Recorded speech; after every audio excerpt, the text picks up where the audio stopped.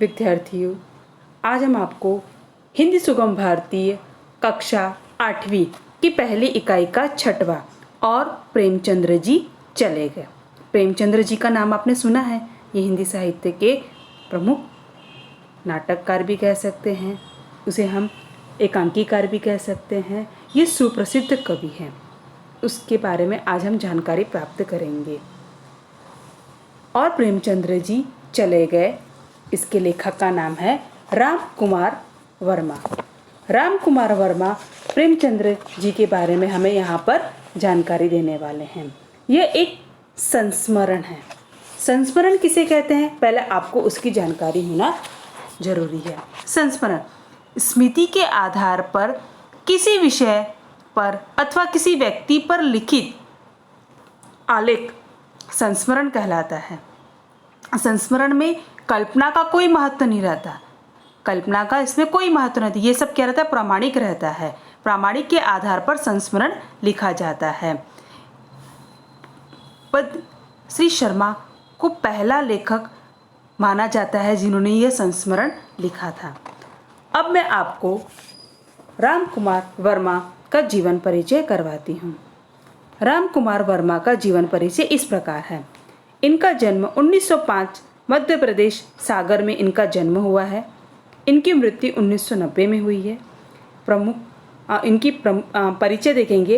राम कुमार वर्मा जी आधुनिक हिंदी साहित्य के सुप्रसिद्ध कवि, एकांकीकार, नाटककार, लेखक और आलोचक हैं। आपने ऐतिहासिक, सांस्कृतिक, मनोवैज्ञानिक, सामाजिक और साहित्यिक विषयों पर 150 से भी अधिक एकांकी लिखे हैं। आपने समीक्षक तथा हिंदी साहित्य के इतिहास लेखक के रूप में भी अपनी महत्वपूर्ण भूमिका निभाई है। इनकी प्रमुख कृतियाँ। विद्यार्थी, आपको कृतियों में ध्यान देना बहुत जरूरी है। परीक्षा के समय पूछा जाता है कि राम कुमार वर्मा की कोई एक कृतियाँ बताओ, तो हमें ध्यान रहना चाहिए। राम कुमार वर्मा की प्रमुख कृतियाँ हैं चित्रलेखा, जौहर, अभिशाप, वीर हमीर, काव्य संग्रह, 4 ऐतिहासिक एकांकी, रेशमी टाई, शिवाजी एकांकी, शिव हिंदी का आलोचनात्मक इतिहास, साहित्य समालोचना, आलोचना, एकलव्य, उत्तरायण, ओ अहिल्या नाटक आदि। इनकी ये प्रमुख क्या है, कृतियाँ बताई है। अब हम गद्य में देखते हैं कि गद्य में क्या कहते हैं राम कुमार वर्मा। प्रस्तुत संस्मरण में डॉक्टर राम कुमार वर्मा जी ने प्रसिद्ध उपन्यासकार एवं कथाकार प्रेमचंद्र के व्यक्तित्व पर रोशनी डाली है।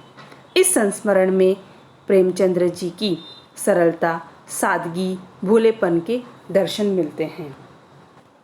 डॉक्टर राम कुमार वर्मा को एक बार हिंदी के विख्यात कहानीकार एवं उपन्यासकार लेखक प्रेमचंद्र जी को अपने घर ठहरने का अवसर मिला। इनकी राम कुमार वर्मा इतने खुश नसीब थे कि उनके घर पर प्रेमचंद्र जी रुके थे।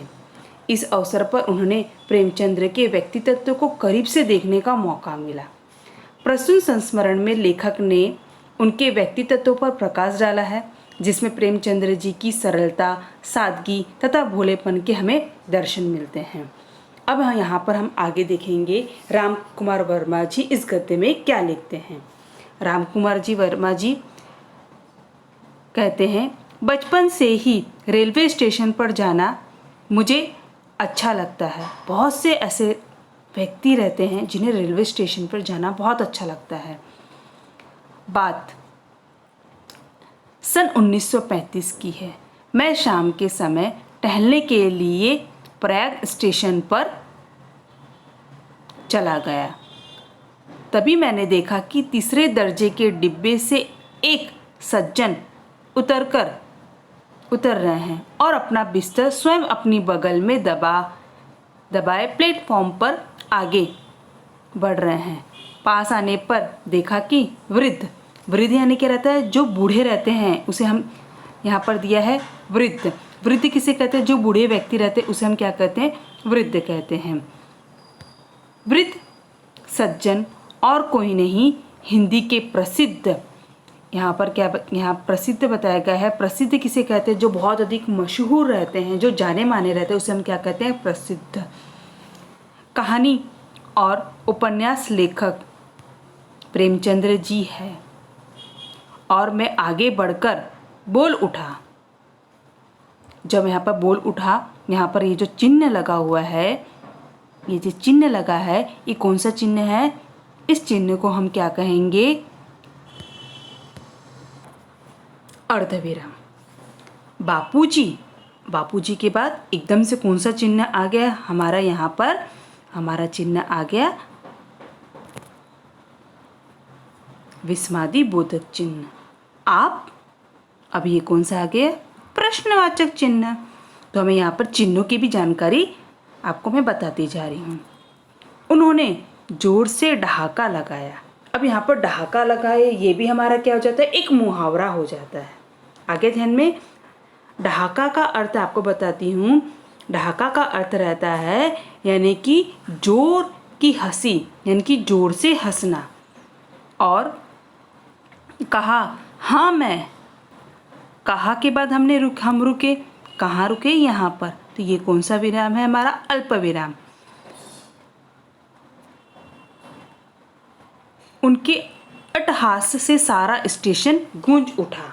अट्टहास यानी वही होता है, इसका अर्थ यानी कि जोर की हंसी या ठहाका लगाना, उसे हम अट्टहास कहते हैं। सारा स्टेशन गूंज उठा यानी कि पूरे स्टेशन में वो इतने जोर से हंसे कि मानो ऐसा लगा कि पूरा स्टेशन हिल उठा। मैंने पूछा, कहाँ जाएंगे?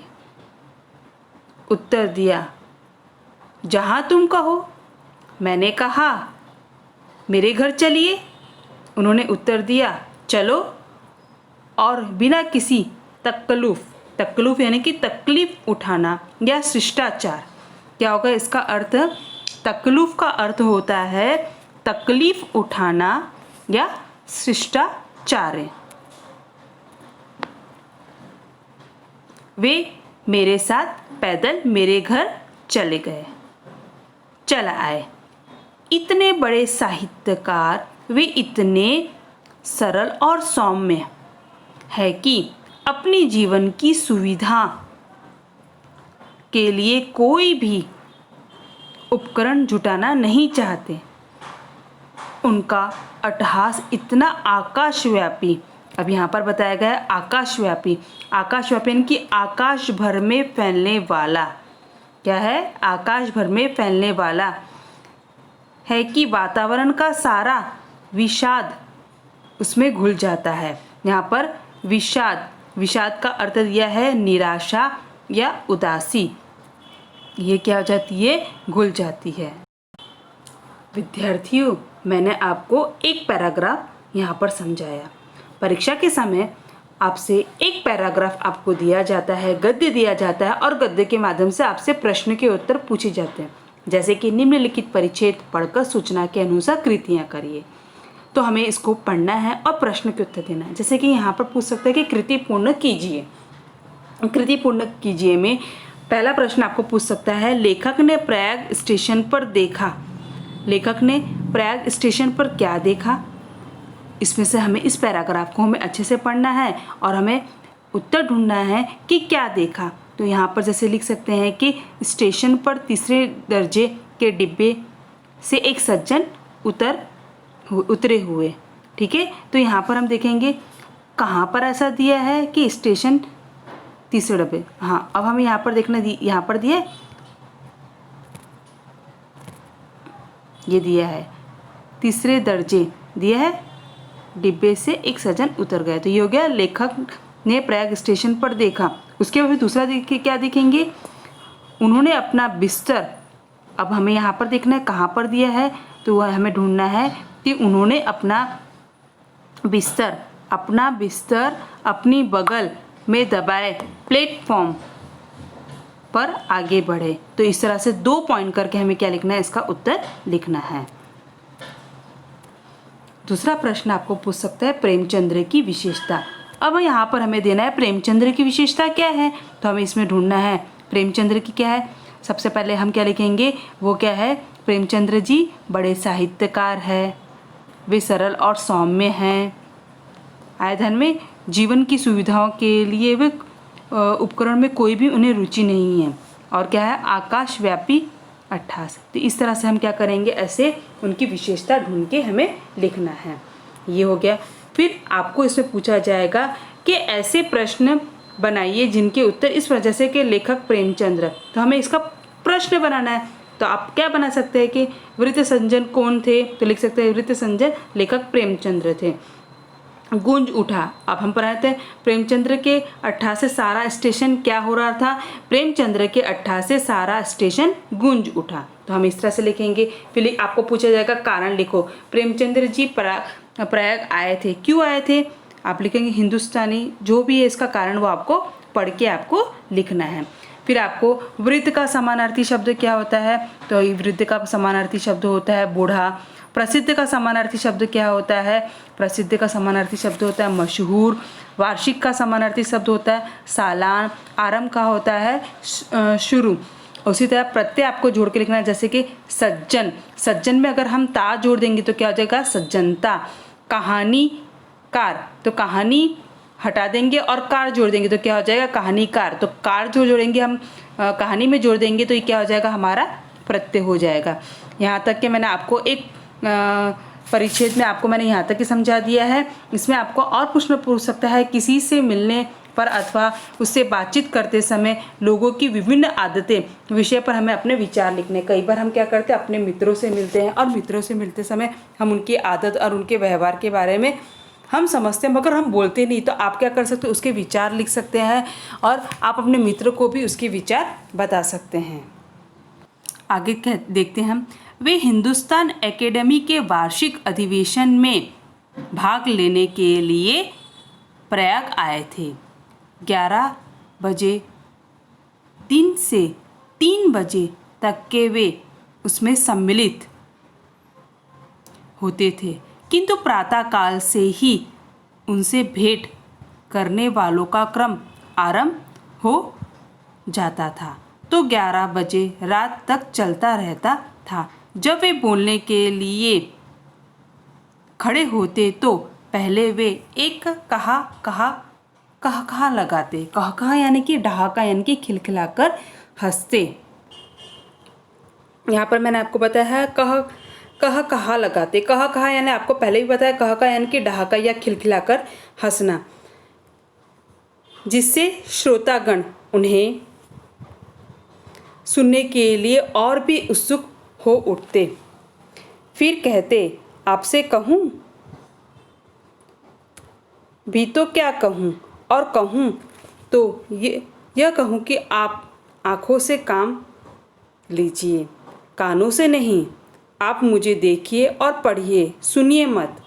सुनना गलत है, देखना सही है। मेरी ज़िंदगी तो सपाट मैदान है। सपाट का अर्थ रहता है समतल, जो उबड़ खाबड़ न हो, उसे हम कहते हैं सपाट, जिसमें कितने खदक है, गड्ढे हैं, कितने कांटे हैं, कितनी झाड़ियाँ हैं, आप सोच भी नहीं सकते। लेकिन उसी पर चलकर आप लोगों के पास आया हूँ। पिता ने मेरा नाम धनपत राय रखा, लेकिन धन से कभी वास्ता मेरा है ही नहीं। नाम है धनपत, मगर धन से मेरा कभी वास्ता है ही नहीं।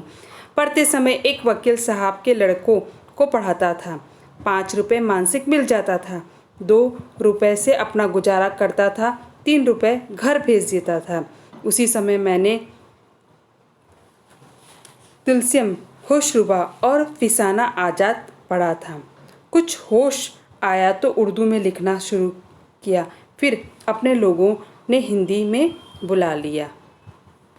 लेखक ने अपनी वास्तविकता जीवन के बारे में यहाँ पर बताया है कि उनका नाम धनपत रहा, मगर उनका धन से कोई भी वास्ता नहीं था। जब वे पढ़ते थे तो पढ़ने के साथ साथ वे ट्यूशन भी लेते थे और उसमें जो पैसा कमाते थे उसमें अपना 2 रुपये में गुजारा कर लेते थे और 3 रुपये अपने घर पे भेज देते थे।